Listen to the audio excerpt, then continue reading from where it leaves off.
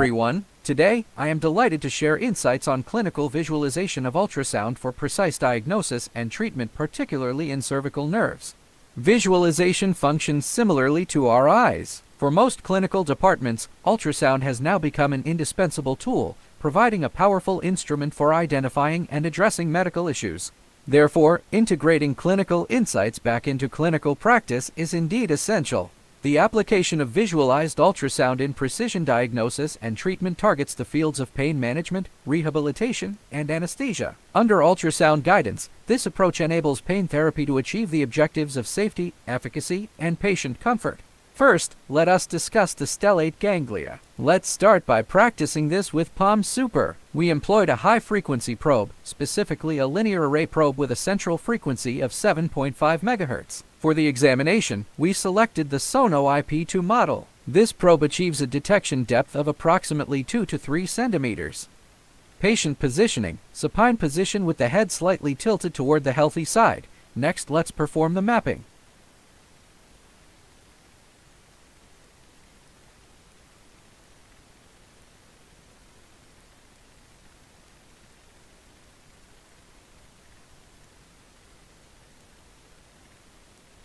Pre-specified entry point for cervical nerves.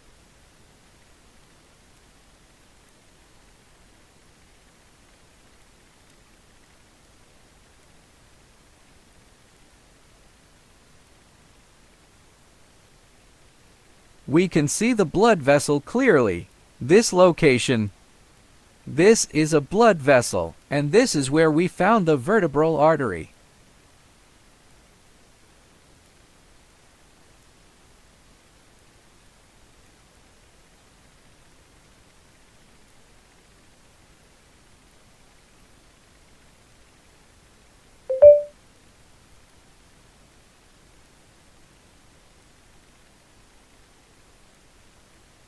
We found the vertebral artery. Activate spectral Doppler.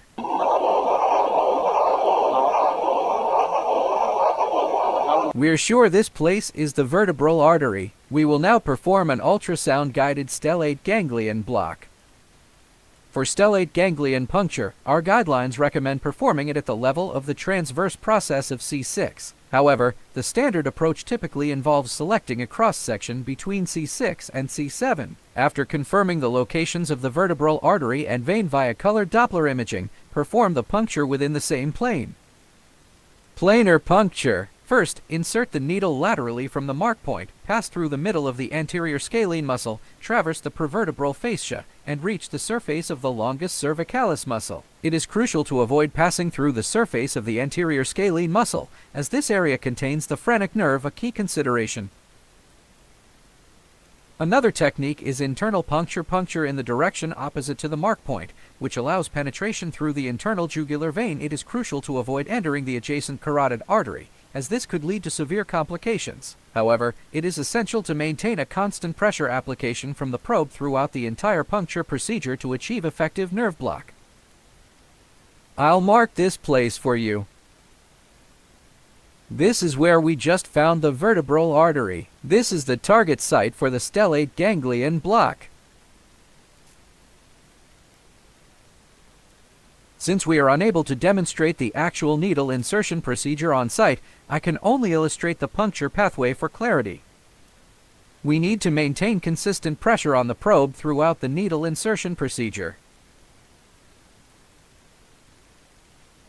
Following successful puncture, the patient may experience Horner syndrome, characterized by ptosis drooping of the eyelid below the injected side, miosis pupil constriction, facial flushing, and occasionally hoarseness due to potential involvement of the recurrent laryngeal nerve by the injected solution. However, this should not cause undue concern.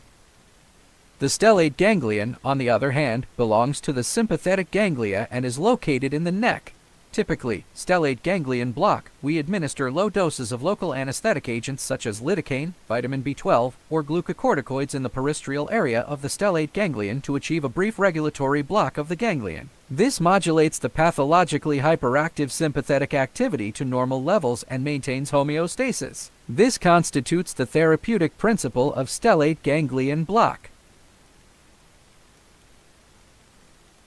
Stellate ganglion block can also suppress excessive excitation of the sympathetic nerves, dilate blood vessels, improve local microcirculation, and exert anti-inflammatory and neuroendocrine regulatory effects.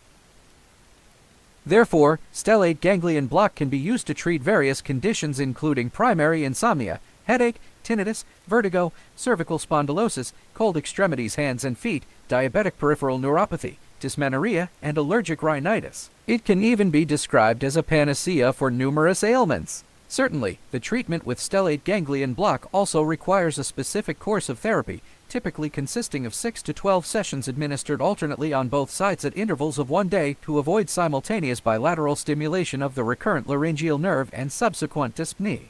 Next, let's examine the cervical spinal nerves. Starting from C4, the intertuberous groove becomes clearly visible, within which the interior branches of the cervical spinal nerve roots low echo, oval-shaped structures run. This forms a 4V pattern, resembling a V shape.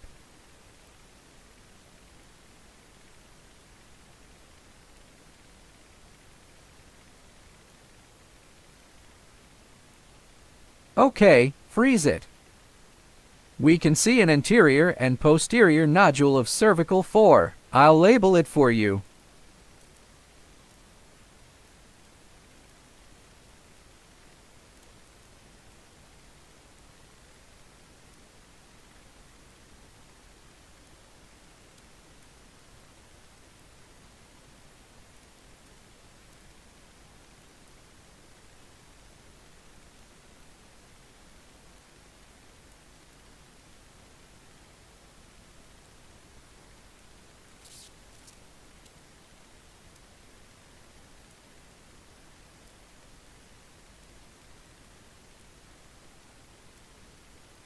This we can see. Anterior tubercle at, posterior tubercle PT, arrow marks intertuberous groove, anterior branches of spinal nerves.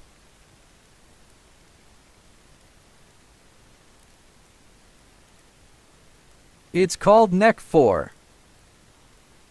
This low echo position is the interior part of the cervical spinal nerve we're looking for. It looks like a V shape. Then we're going down.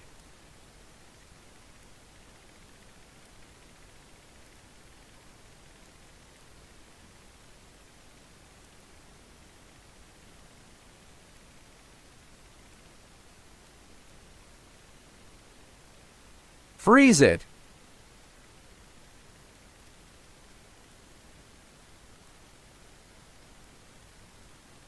I'll also mark the location of the anterior tubercle. This is the anterior tubercle. Next, I'll mark the location of the posterior tubercle PT. Use uppercase letters here as well. Okay, and I'll show you by the arrow. As we mentioned earlier, the anterior ramus of the spinal nerve lies in the groove between the anterior and posterior tubercles.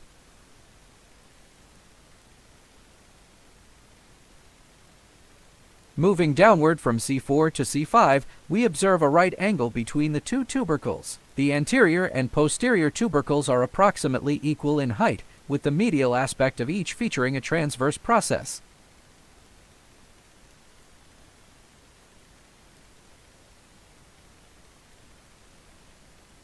Next, let's look at C6. Also unfreeze the image. Move down from the C5 level. Looking for C6.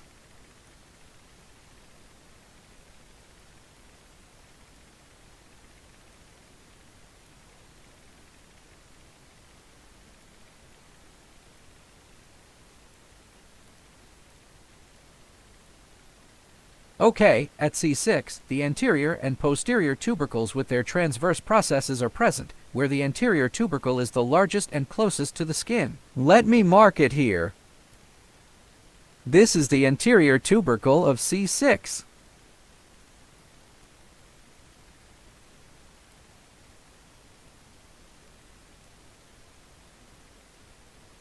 This is the posterior tubercle of C6.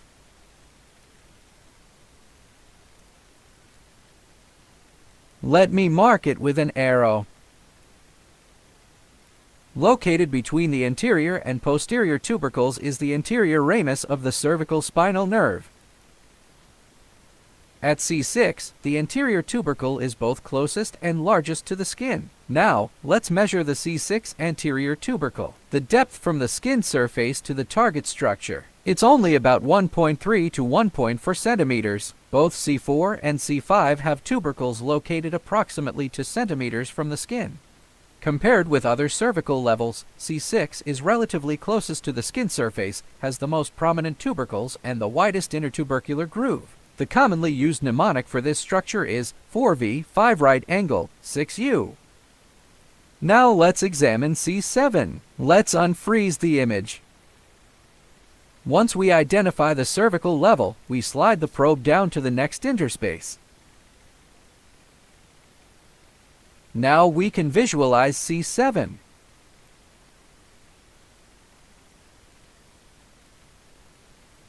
Its anterior node is essentially small or absent, with only a posterior node remaining. Let me mark it here. The posterior tubercle is labeled as PT.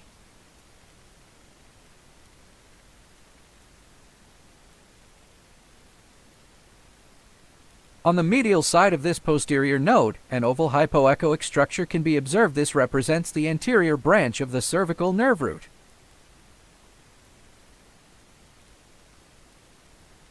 Medially to it lies the vertebral artery, and further inward is the longus cervicalis muscle.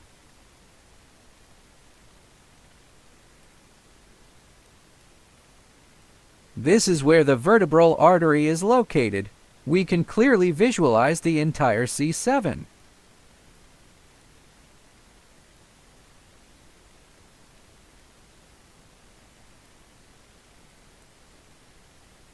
Now, let's take a look at the brachial plexus. The brachial plexus is located in the supraclavicular region within the interscalene groove. Okay, freeze the image. The brachial plexus is very clearly visualized. Let me mark it here. This is the sternocleidomastid muscle. I'll label it as CCM. At this location, CCM, we can also visualize the anterior scalene muscle. I'll label it as. This is the middle scalene muscle, labeled as MIS.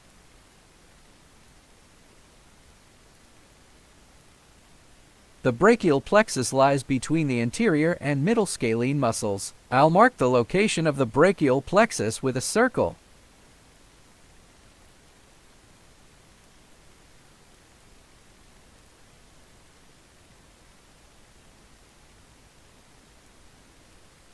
The first,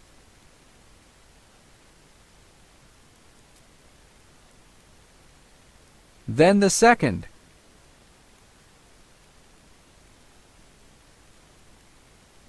then the third,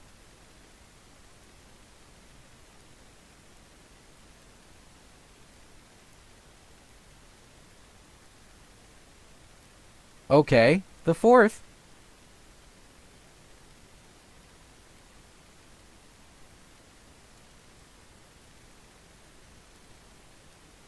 okay, we can see C5, C6, C7, C8. The brachial plexus is located within the first circles I marked.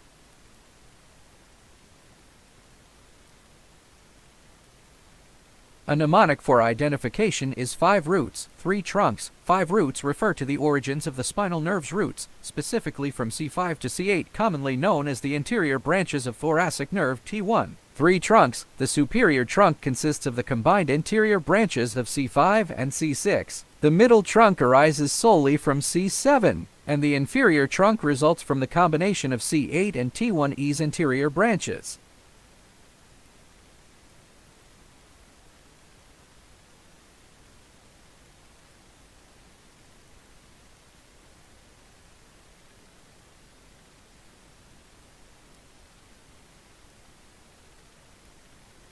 Finally, let's rotate the probe to obtain a longitudinal view.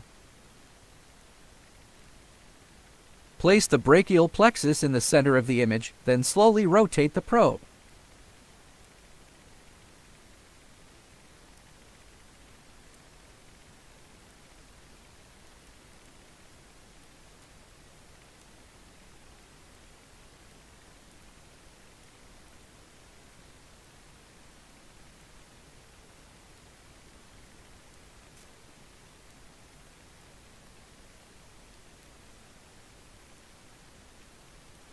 When we further extend the spinal nerve, its path becomes a parabola. The spinal nerve originates from the intervertebral foramen. Okay, in most cases, the transverse view is used more frequently because it helps us quickly identify the target location.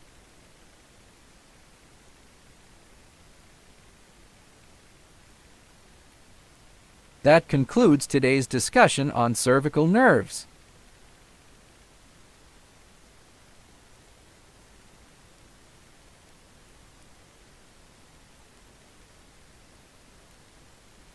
Thank you very much for listening. See you next time.